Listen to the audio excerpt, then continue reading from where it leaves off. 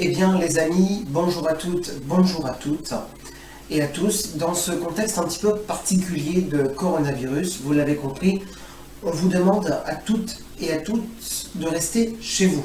Alors on va faire des vidéos aujourd'hui avec l'envie de vous montrer qu'on peut cuisiner anti-gaspi. Vous allez en voir une première. Alors c'est pas anti-gaspi à 100% parce qu'anti-gaspi, il y a 15 000 façons de cuisiner anti-gaspi. Moi je vais vous montrer dans les produits que vous achetez ce qu'on peut récupérer.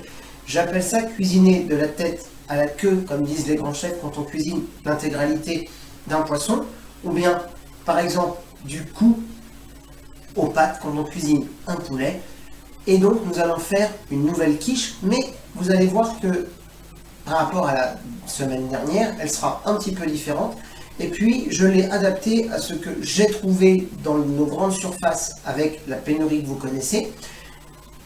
Et également parce que je voulais réutiliser des produits, donc vous montrer qu'on peut cuisiner des choses que vous n'avez peut-être pas l'habitude d'utiliser et que vous ne connaissez peut-être pas comme agrément, comme condiment, comme aide culinaire, et pourtant vous les jetez directement dans votre évier ou à la poubelle.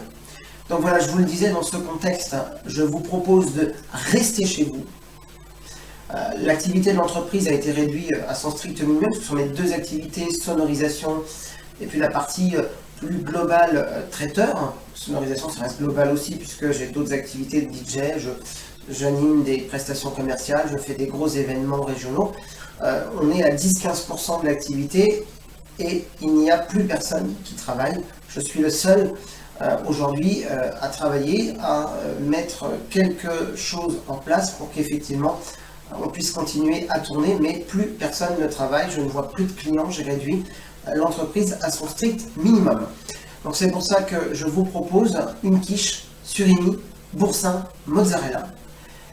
Je vous ai déjà montré la dernière fois comment on fonce un moule à quiche. Alors j'ai rapproché volontairement l'écran, j'ai réduit un petit peu le plan de travail parce qu'il y a une petite partie ici qui a été réduite pour que je me vois bien au niveau de l'écran, qu'il soit un peu plus haut. Et puis comme ça vous verrez bien ce qu'on va faire. Donc je l'ai déjà foncé, vous savez comment j'ai fait la dernière fois, je l'ai fariné d'un côté, fariné de l'autre. J'ai beurré mon moule et puis donc là je l'ai foncé, contrairement à ce que j'avais fait où j'avais coupé la dernière fois, pour donner un petit peu plus d'épaisseur à mon bord et parce qu'on est anti-gaspi, je ne voulais pas gâcher le bord, je l'ai replié sur lui-même à l'intérieur, je vous l'avais dit la dernière fois, et bien sûr j'ai mis mon four à préchauffer 180 degrés. Je vous avais dit la dernière fois, une quiche c'est pour un moule grand format, c'est 3 œufs, c'est-à-dire 2 entiers plus un jaune, c'est toujours le cas, ça permet en fait d'avoir une belle brillance sur le dessus, un petit peu caramélisé, de pouvoir pousser la cuisson, puisque l'avantage, normalement on dit qu'on peut pousser la cuisson avec le blanc, mais en fait là, ça le permet, ça donne ce petit côté caramélisé. Quand on fait par exemple une tarte au poireau, on utilise 4 œufs ou 3, souvent on fait 2 entiers, 2 jaunes, quand on utilise 3, on fait 2 entiers, 1 jaune. J'ai besoin de 100 g d'emmental râpé, donc là c'est le premier prix, les gros formats qu'on trouve où il y en a 200 ou 300 g parce qu'il n'y avait rien d'autre et c'est suffisant pour notre recette. Anti-gaspi, ce petit boursin qui se terminait aujourd'hui, et donc il y avait une étiquette orange, personne ne veut un des produits qui arrivent à date quand il y a un confinement ou quand il y a une crise parce que les gens veulent des produits où la date va assez loin, donc on va l'utiliser. J'ai besoin de 2 mozzarella pour mettre dans ma préparation. Je les ai égouttés pendant un bon quart d'heure, 20 minutes, et j'ai récupéré la saumure de ma mozzarella. Donc on va s'en servir. En fait, comme la dernière fois, on a utilisé de la crème. Et bien là, on va utiliser d'autres ingrédients pour faire notre appareil qu'on ne va pas saler parce que dans tout ce qu'on va avoir, il y a du sel. J'ai besoin de lait concentré non sucré, ça existe, hein, donc célèbre marque, on connaît, qui commence par un G, qui finit par un A, et puis on va utiliser à peu près 100 g de surimi. Alors je voulais un beau surimi, parce que moi je préfère le surimi où il y a entre 45 et 50% de poisson, et pas les produits à base de bâtonnets de la mer, parce que là c'est des vrais miettes de surimi, mais Parfois, c'est même pas marqué miette de surimi, là c'est marqué miette saveur crabe ou surimi. Bon, il y a 38%, donc c'est vraiment du surimi. Parfois, il n'y a que 32%, et c'est ce qu'on appelle des bâtonnets de la mer. Donc, c'est des miettes de la mer. Donc voilà, là c'est parce qu'il n'y avait pas beaucoup de choix, on était dans une petite pénurie, et puis c'était déjà râpé, ce qui était très pratique à utiliser. Alors vous vous dites certainement, il y a combien de boursin, il y a combien de lait entier concentré non sucré, il y a combien de saumure de mozzarella? Et bien justement, pour répondre à toutes ces questions, j'ai besoin d'une balance et d'un cul de poule. Avant de commencer, je voulais vous présenter un petit ustensile, j'ai souvent l'habitude de le faire. En ces temps de crise, c'est un très bon ustensile, c'est un outil pratique. Je vous avais déjà montré un ciseau la dernière fois, avec plein de couteaux qu'on peut défaire, qu'on peut utiliser pour d'autres choses. Là, c'est la même chose avec une petite planche à découper intégrée. Et donc, ça vous permet, hop, on le défait, de l'utiliser tout le temps. Donc, vous avez le ciseau qui est ici. Il n'y a qu'une seule lame de coupe de ce côté-là. Et là, ici, en fait, on n'a pas de lame de coupe. On a une petite planche à découper, je ne sais pas si vous voyez, avec une légère surépaisseur. Si je le mets dans ce sens-là, vous allez voir que ici, c'est un tout petit peu plus plat. Donc, ça permet, par exemple, quand on a du saucisson, qu'on veut faire des cubes de fromage, ou ce qui pourrait être le cas avec notre mozzarella, on prend, clic, clic, clic, clic, et on fait directement nos petites tranches. Et puis, quand on l'a comme ceci, mais on peut aussi faire la même chose de façon pliée, eh bien, on a ce que je vous avais dit la dernière fois ici. On va avoir une lame de coupe ici et une lame crantée ici. Ce qui vous permet, sur ce simple ciseau, d'avoir plusieurs produits. Et après, comme la plupart des produits que je vous ai montrés, on a cette petite partie-là qui peut servir de décapsuleur. On a d'autres choses ici. Donc, c'est vraiment le petit ciseau suisse. Moi, j'appelle ça le couteau suisse des ciseaux. Donc, c'est vraiment pratique. On va commencer par faire notre premier appareil. Pour cela, je ne vais utiliser que du poivre. Pas besoin d'utiliser, comme je vous le disais tout à l'heure, de sel, puisque vous avez du sel dans le surimi, du sel dans le boursin et du sel dans la saumure de mozzarella. Pour ce faire, on commence par mettre notre saumure de mozzarella et il faut au total qu'on ait 500 ml. Tout confondu. Donc là, ma balance, elle fait le travail de passer des grammes au millilitre, mais si vous ne savez pas, je vous l'ai dit, c'est 500 grammes, 500 millilitres, 50 centilitres, 500 grammes. Donc quand on a la moitié d'un litre de lait, on a 500 grammes. Là, j'ai 206. Je vais mettre mon boursin. Donc c'est un petit format, hein, c'est pas les grands comme vous voyez en temps normal.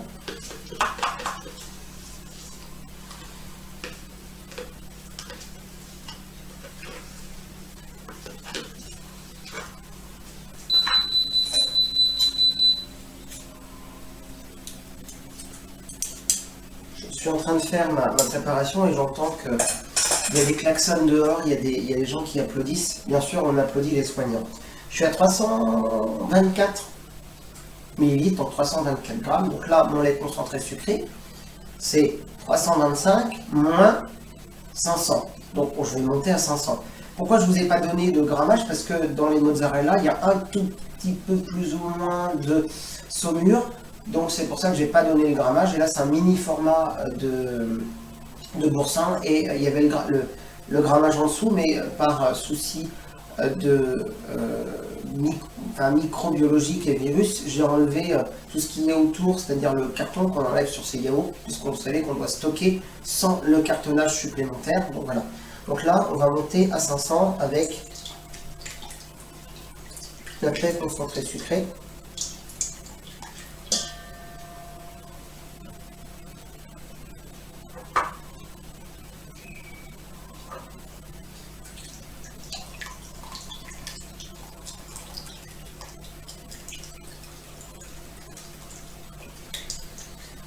On est arrivé aux 500 grammes, on prend notre fouet, et puis je vous refais la même chose que la dernière fois, je vais venir mélanger ma préparation, ce qui fait que je vais avoir quelque chose qui va sentir la mozzarella, puisque le goût de la saumure a pris la mozzarella. Le boursin, donc l'ail fines herbes, si vous voulez, c'est la marque Boursin, mais c'est pour vous donner une idée. Et puis c'est les boursins un petit peu cuisine, des petits formats sympas, un peu plus renforcés que le boursin classique.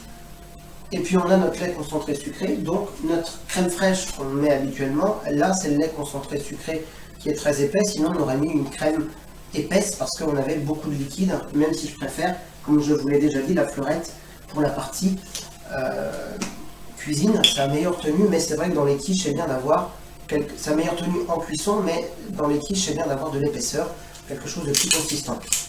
Un petit peu de poivre. Et puis notre appareil est quasiment terminé, comme je vous avais dit la dernière fois.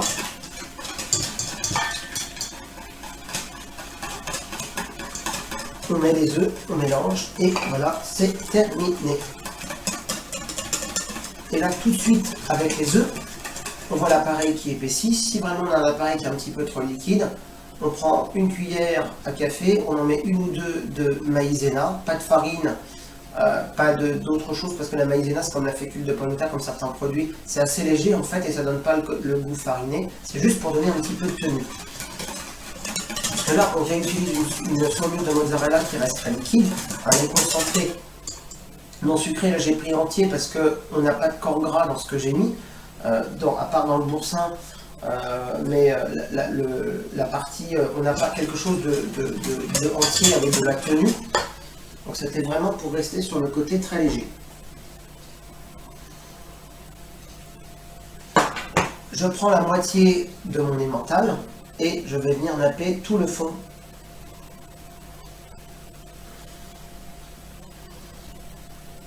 de ma pâte brisée.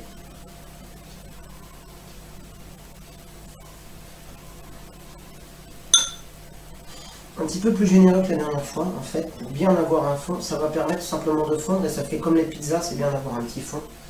Ça, c'est chose faite, je mets de côté. Je vais récupérer ma mozzarella.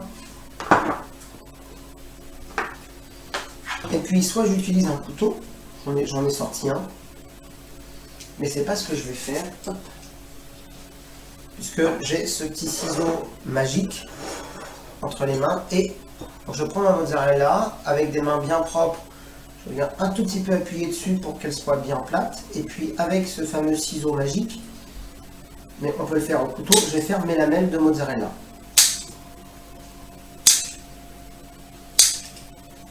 Vous avez vu comme c'est hyper facile à faire.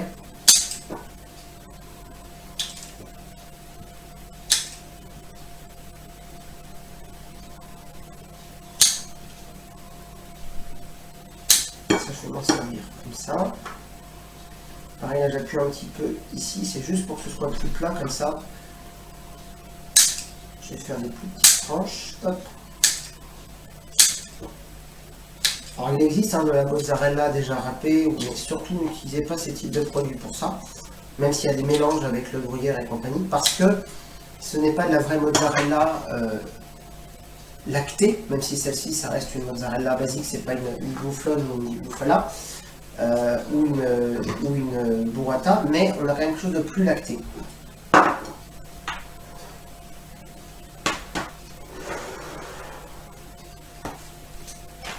On va prendre un petit peu de surimi, j'ai dit à peu près 100 grammes, ça fait la moitié du paquet.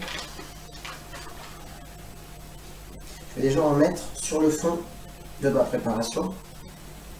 Et le reste va servir de déco sur le dessus. Vous avez vu que rien ne se perd, tout se récupère.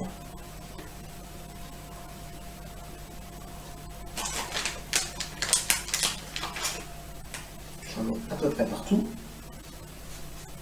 J'essaie de bien répartir, donc si c'est pas le cas. Je vous disais que les 200 grammes ne passeraient pas, mais ça fait pas grand chose en fait. Donc peut-être 150 grammes, hop, voilà. Première action, c'est fait. Deuxième, hop, là, je viens mettre mon appareil un peu partout comme la dernière fois. Sauf que là j'ai un petit peu plus de préparation, donc ça va être difficile après de le répartir. Donc c'est bien déjà de bien le mettre au début.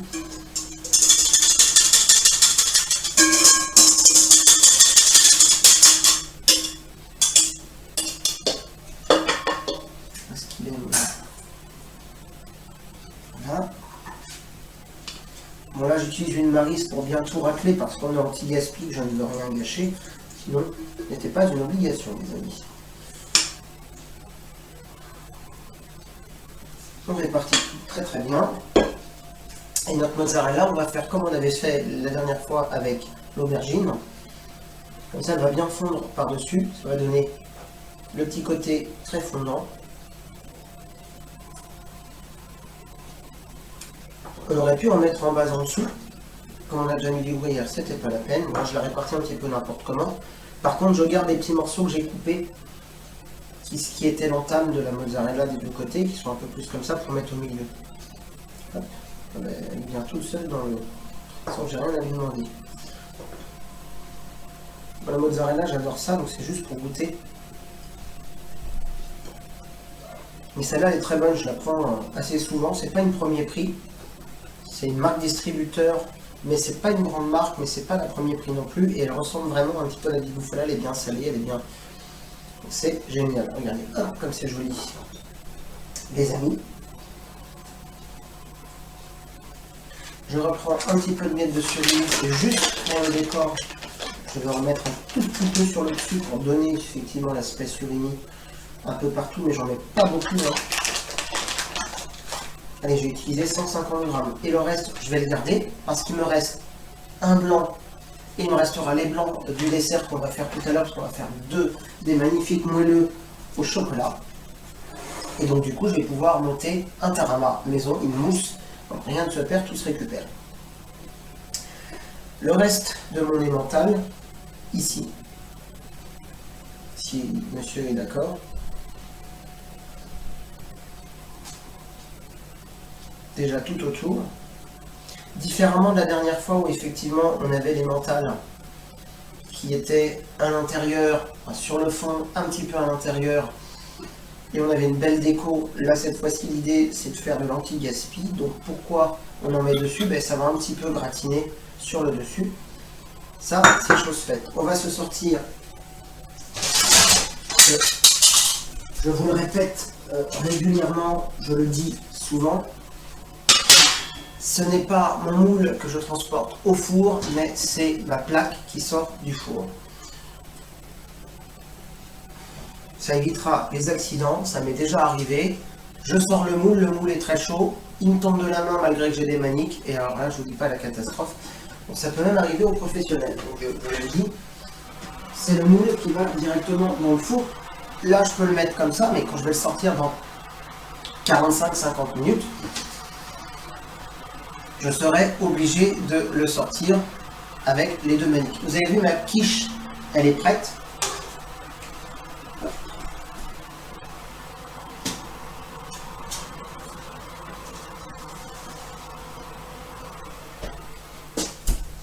Et voilà, pour vous, c'est totalement transparent puisque c'est juste après, on se retrouve dans 45-50 minutes. Donc vous, c'est juste après. Moi, pendant ce temps-là, je vais tourner la deuxième vidéo. Je vous montre un petit peu l'envers du décor avec une recette de moelleux au chocolat que j'ai trouvée et que je vais simplifier. Alors, en fait, en réalité, j'ai enlevé des étapes inutiles puisque je vais vous montrer que quand vous avez deux cuissons séparées que vous rassemblez et que la technique de cuisson est la même, eh bien, on ne peut n'en faire qu'une seule cuisson. Donc ça, c'est dans notre prochaine vidéo. On va se faire de jolis moelleux au chocolat. Et quand je vous dis anti-gaspi, vous allez voir les petits trucs que l'on peut faire pour gagner en efficacité dans la cuisson. Et puis, cette fois-ci, je vais cuisiner avec du beurre, parce que là, j'ai vraiment besoin de beurre pour cette pâtisserie. Sinon, vous le savez, j'adore la margarine, qui va quand même me servir pour mouler, pour beurrer mes moules, comme je l'ai fait là, pour la quiche. Ça, c'est dans la prochaine vidéo. Je vous le rappelle avant que vous me retrouviez dans 3-4 secondes. Restez chez vous. Et bien, justement, on va rester ensemble pour une prochaine recette. On regarde le résultat juste après. Et bien voilà, 45 à 50 minutes après l'avoir mise au four à 180 degrés, notre quiche est magnifique. La photo a déjà été faite, vous l'avez déjà vu sur nos réseaux sociaux. Voilà cette magnifique quiche qui est beaucoup plus bronzée que la dernière fois, puisque là effectivement on n'avait pas par-dessus, comme on avait mis dessus tout ce qui était aubergine, et on a une belle quiche qui ressemble effectivement en trompe-l'œil à une très belle quiche lorraine. Et bien justement, ça vous permet de changer de la quiche lorraine, et là vous avez visuellement, ça ressemble à une quiche lorraine, et tout ce qu'on voit dessus, toute la partie blanche, vous verrez quand vous l'aurez cuite, avec cette impression un peu crème, et bien c'est toute la mozzarella qui a fondu. Voilà. Vous le savez, on vous le rappelle, coronavirus oblige, rester confiné. Croque Bonbon s'associe à vos soignants. Croque Bonbon, eh bien, si vous le voulez, on peut aider les personnes âgées qui ont besoin de manger, et je peux venir vous cuisiner des bons petits plats. Vous savez que nous, professionnels, le confinement, on le respecte, mais en même temps, on est obligé de sortir pour faire des achats, pour recevoir du matériel, pour continuer à faire travailler la France. C'est pour ça que je travaille depuis chez moi, mais moi, je vous le dis, restez chez vous plus longtemps. Vous resterez chez vous, plus on fera reculer le Covid-19 coronavirus, et moins on aura de confinement. Mais ça a déjà été annoncé ce soir, entre le moment où j'ai commencé à tourner mes vidéos et mes cuissons sont en train de se terminer, puisque les moelleux au chocolat sont dans le four. C'est la vidéo que vous verrez après, peut-être avant si vous inversez. Ce n'est pas grave. Eh bien, on a appris que de toute façon, il serait d'ici peu prolongé, et on le sait, à Paris, les berges, à Reims, la coulée verte, à Nice, la promenade des Anglais, ailleurs, les plages, il y a des arrêtés municipaux, parce que justement, vous ne respectez pas le confinement. Alors, Croque Bonbon, eh bien, justement, le temps d'un week-end va s'appeler Reste Bonbon chez vous. C'est une plaisanterie, mais c'est bien sûr pour que vous compreniez qu'il faut rester chez vous. Et puis vous le savez, Croque Bonbon, c'est des ateliers culinaires. Alors je vous annonçais peut-être prochainement l'ouverture d'un local, et puis c'est finalement arrivé. Mais ce n'est pas possible pour l'instant, mais dès que le confinement intégral sera fini, c'est-à-dire qu'il y aura peut-être des périodes où ça va s'arrêter, ça va revenir, on vous reçoit sans problème. Je l'ai déjà dit sur Facebook, je m'excuse auprès des clients pour lesquels je n'assure pas les prestations, puisque je l'ai dit, on ne peut pas se réunir, et je suis dans l'incapacité, pour des causes sanitaires, de pouvoir livrer du traiteur sans être à moins d'un mètre du client, à moins qu'il parte de chez lui, ou de l'événement que le client avait réservé qui a encore lieu, parce qu'il y a encore des moments où on a besoin de traiteurs, notamment les réunions interministérielles, ou des réunions de conseillers municipaux, ou bien d'autres choses. Je ne peux absolument pas vous livrer. Donc voilà, c'est indépendant de ma volonté, mais comme tout le monde, je reviens bientôt en physique, et je vous envoie tous les week-ends de très belles vidéos. Je vous avais parlé de bolognaise. La viande est au congélateur, donc on se les fait la semaine prochaine, et je réfléchis quel dessert je vais pouvoir faire, parce qu'effectivement, coronavirus oblige, j'ai été réduit au niveau alimentaire, et puis j'aimerais bien renouveler. Vous avez vu 2 quiches, mais différentes, c'est pas la même présentation, celle-ci un petit peu plus anti-gaspi.